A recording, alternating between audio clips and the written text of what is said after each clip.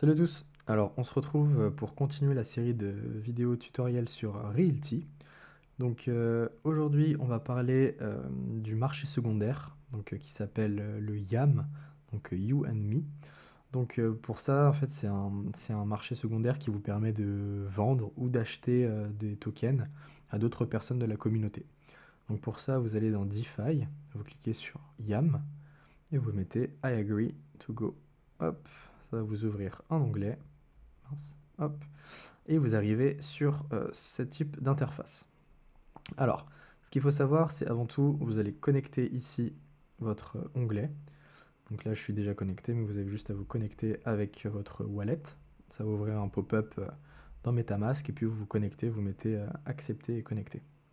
Alors, une fois que vous arrivez là, ce qu'il faut savoir d'abord, c'est vous allez masquer les poussières d'offres, parce qu'on peut acheter des fractions de tokens. Donc ça, c'est un peu chiant. Et aussi, vous allez mettre afficher uniquement les offres de propriété pour lesquelles vous êtes sur liste blanche. Hop. Et en fait, ça, c'est très important parce que sur le marché secondaire, vous ne pouvez, en tout cas, vous n'êtes habilité que à acheter des tokens de propriété que vous détenez déjà ou alors sur lesquels vous êtes whitelisté. Vous savez que quand vous faites un achat et quand vous-même vous connectez à Realty, tous les tokens que vous achetez, ils sont détenus par votre compte et votre compte est, on va dire, enregistré à un certain nom, le vôtre. Et pour ça, Realty nécessite à chaque instant de savoir à qui appartiennent les tokens et où est-ce qu'ils sont. Et donc, il faut savoir que vous pouvez aussi aller vous faire whitelister pour les propriétés, parce qu'il y a deux façons d'être whitelisté sur une propriété. La première, c'est d'acheter justement des propriétés via le marché primaire. Une fois que vous les achetez, vous signez les contrats, et en faisant ça, vous allez être automatiquement whitelisté. La deuxième façon, c'est justement de se faire whitelister sur les propriétés que vous voulez acheter. Donc vous allez dans Whitelist, ici, après avoir été dans Portfolio. Donc je suis dans Portfolio, Whitelisting. Et là, vous allez voir, donc là, je me fais le whitelisting pour cette adresse-là. Vous pouvez très bien en faire pour une autre, hein. Enfin, pour chaque wallet, vous pouvez whitelister de différentes façons. Vous mettez Add Request, hop, et là, vous allez pouvoir sélectionner des propriétés. Et donc toutes celles-là, c'est des propriétés que je n'ai pas achetées sur le marché primaire, et donc pour lesquelles je ne peux pas acheter sur le marché secondaire puisque je ne suis pas whitelisté. Si vous n'êtes pas whitelisté, dans tous les cas, vous n'allez même pas pouvoir effectuer la transaction puisque vous n'allez pas pouvoir recevoir le token. C'est ce qu'il faut savoir. Donc tout ça, par exemple, on peut faire ensemble, hein, vous allez voir. Tac, tac, tac. Moi là, je mets au hasard. Vous avez, je ne sais plus combien on a de maximum, je crois que c'est 8 ou 12. Donc on va aller voir. Tac, 9, 10, 11, 12, 13, 14. Hop, c'est 14 le max. Et ensuite, vous mettez Submit. Tac. Et voilà. Et du coup, là, ça a bien été enregistré, comme quoi j'ai fait la demande pour les 14 propriétés. Et je vais recevoir un mail, comme quand vous achetez des propriétés, que vous allez devoir signer, comme d'habitude. Donc ça, vous savez. Et là, je pourrais acheter sur le YAM. Donc maintenant, je vais sur le YAM. Et donc là, j'ai bien, en ayant cliqué afficher uniquement les offres, ça va nous afficher uniquement les propriétés qu'on veut acheter et pour lesquelles on peut recevoir les tokens. Alors, comment ça marche? Vous avez des ventes, des offres à la vente et à l'achat ou à l'échange. Donc, par exemple, ici, je suis dans vente. Donc, ça veut dire qu'en vente, qu'est-ce qu'il y a? Vous avez la colonne ici. Donc là, vous trouvez un holding rounds qui est en vente. Vous pouvez acheter, vous voyez ici, il y a la quantité disponible, 517 tokens et des poussières. Donc nous, on va pas regarder les poussières, mais on va regarder, il y a 517 unités. Il faut savoir que du coup, pour toujours comparer, dans un premier temps, c'est en gros un échange, hein, c'est toujours comme ça, c'est un token de holding rounds contre le jeton d'achat USDC sur XDAI. Vous voyez, il peut y avoir plusieurs types de jetons. Vous ne pouvez pas payer en fait avec toutes les monnaies. Ici, ce qui demande pour la transaction, en tout cas, c'est de l'USDC. Ici, c'est du Real RMM V3 USDC. Ensuite, vous avez du Wrap XDAI, vous avez du USDC.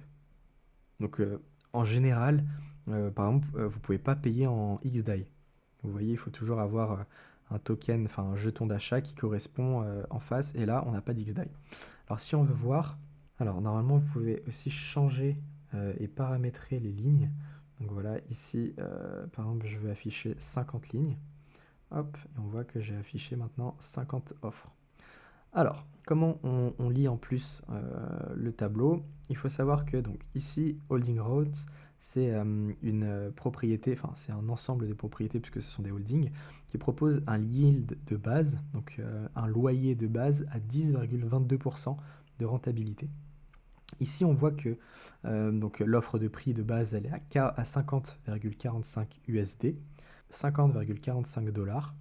Et là, elle est mise en vente à 62 dollars. Donc c'est-à-dire qu'il y a un delta de 22%, enfin, quasiment 23% de plus. Et on voit que le yield, du coup, il a diminué de 18,62%. Donc ça nous permet de comparer. Donc on passe de 10,22 à 8,31. Donc dans ce cas-là, en tout cas pour moi, je trouve que c'est pas intéressant cette offre. Donc c'est pour ça aussi que ça part pas très vite. Et celui qui a fait ça, voilà, il essaye de se faire quand même pas mal de marge. Donc, donc ça, c'est la façon dont on lit le tableau. Maintenant, vous pouvez faire varier tout ça. Donc par exemple, on peut avoir, donc on peut choisir par quantité disponible. Donc là, vous voyez qu'on était à 500, maintenant il n'y a plus qu'un token et des poussières. Et on voit que du coup, vous avez d'autres propriétés qui sont mises en vente. On peut avoir aussi trié par yield. Donc ici, là, c'est le moins intéressant. C'est celle-là avec 147% de décalage. Et vous pouvez aussi avoir, normalement, on peut voir s'il y a d'autres façons plus intéressantes, mais là, il n'y en a pas l'air d'en avoir. Donc là, voilà, ici, il ne faut pas se faire, faut pas se faire avoir. Ici, on voit qu'on peut acheter, vous voyez, vraiment des poussières de poussières de poussières. Donc là, ça sert absolument à rien, donc il faut faire attention. Donc ça, c'est les offres que vous avez sur le YAM. Et ensuite, bah, ici, vous pouvez cliquer pour aller voir. Donc ici, par exemple, si on clique là, on va aller sur, justement, bon, bah alors là, je ne suis pas connecté, mais... Ah si, voilà. C'est connecté automatiquement et on voit l'annonce, donc avec le détail du jeton, l'offre du vendeur. Donc là, ça va être l'adresse du vendeur que on pourrait aller voir par exemple ses propriétés. Et ici, du coup, vous avez le récap. On passe de 10,22% de rentabilité vers 8,31 et le prix de base 50 pour aller à 62. Donc ça, c'est pour aller voir.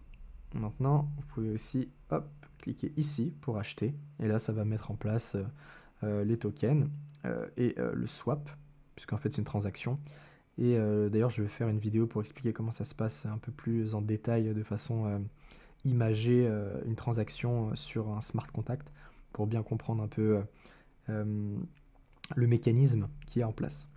Et donc en cliquant là, ensuite ça va vous déclencher une fenêtre MetaMask dans laquelle vous allez valider la transaction et vous allez recevoir sur votre wallet le token et en échange vous allez payer. Donc ça c'était sur le MetaMask. Donc après vous pouvez émettre des offres. Donc ici bah, moi j'ai pas d'offre donc si je clique là il va y rien avoir. Mais donc là c'était pour les ventes, mais il peut aussi y avoir de l'achat. Donc vous pouvez mettre en échange, vous voyez, du RMMV3 WXDAI, donc ça c'est les monnaies. Et en échange, vous avez par exemple du Scovel. Donc il y a des gens qui veulent essayer d'avoir le jeton correspondant. Donc voilà, moi j'utilise pas trop ça. Et ensuite vous pouvez aussi avoir des échanges. Donc là c'est des gens qui veulent échanger des real tokens contre d'autres real tokens, d'autres propriétés. Donc vous voyez ici vous avez les prix des jetons et les quantités disponibles. Donc voilà, vous pouvez après chercher par vous-même. Il faut savoir que, après vous avez l'historique encore ici, si ça vous intéresse. Donc moi là sur ce wallet là qui est mon wallet de la chaîne YouTube, j'ai pas fait d'achat sur le YAM tout simplement parce que je trouve pas ça intéressant, puisque généralement les gens vendent plus cher sur le YAM que sur Realty, le marché primaire.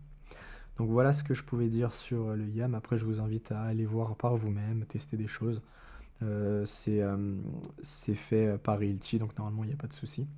Ensuite, il y a un deuxième, on va dire, outil qui a été fait par les membres de la communauté et qui vous permettent aussi de faire le même type d'offre et le même type de process pour acheter et revendre des tokens. Donc ici, j'ai connecté mon wallet, comme toujours, il faut toujours connecter son wallet.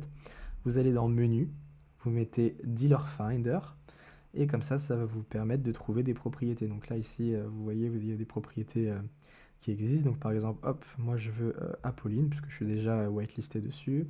Type of offer, moi je veux purchase, donc c'est une quantité, donc c'est à l'achat, je veux acheter ce type de bien. Et quantité, on va mettre 1 par exemple. Hop, et ça va chercher la meilleure offre. Donc ici vous voyez qu'il a trouvé une offre qui correspond. Donc on va aller voir. Alors qu'est-ce que ça nous propose? Voilà, donc c'est la propriété. Donc il faut savoir qu'en plus les Apollines, elles coûtent généralement, je crois qu'elles coûtent 170, un truc comme ça. Donc là, elle n'est pas surévaluée, on va dire, elle n'est pas survendue. Donc il veut un prix qui est de 0,72% en plus, donc c'est pas énorme.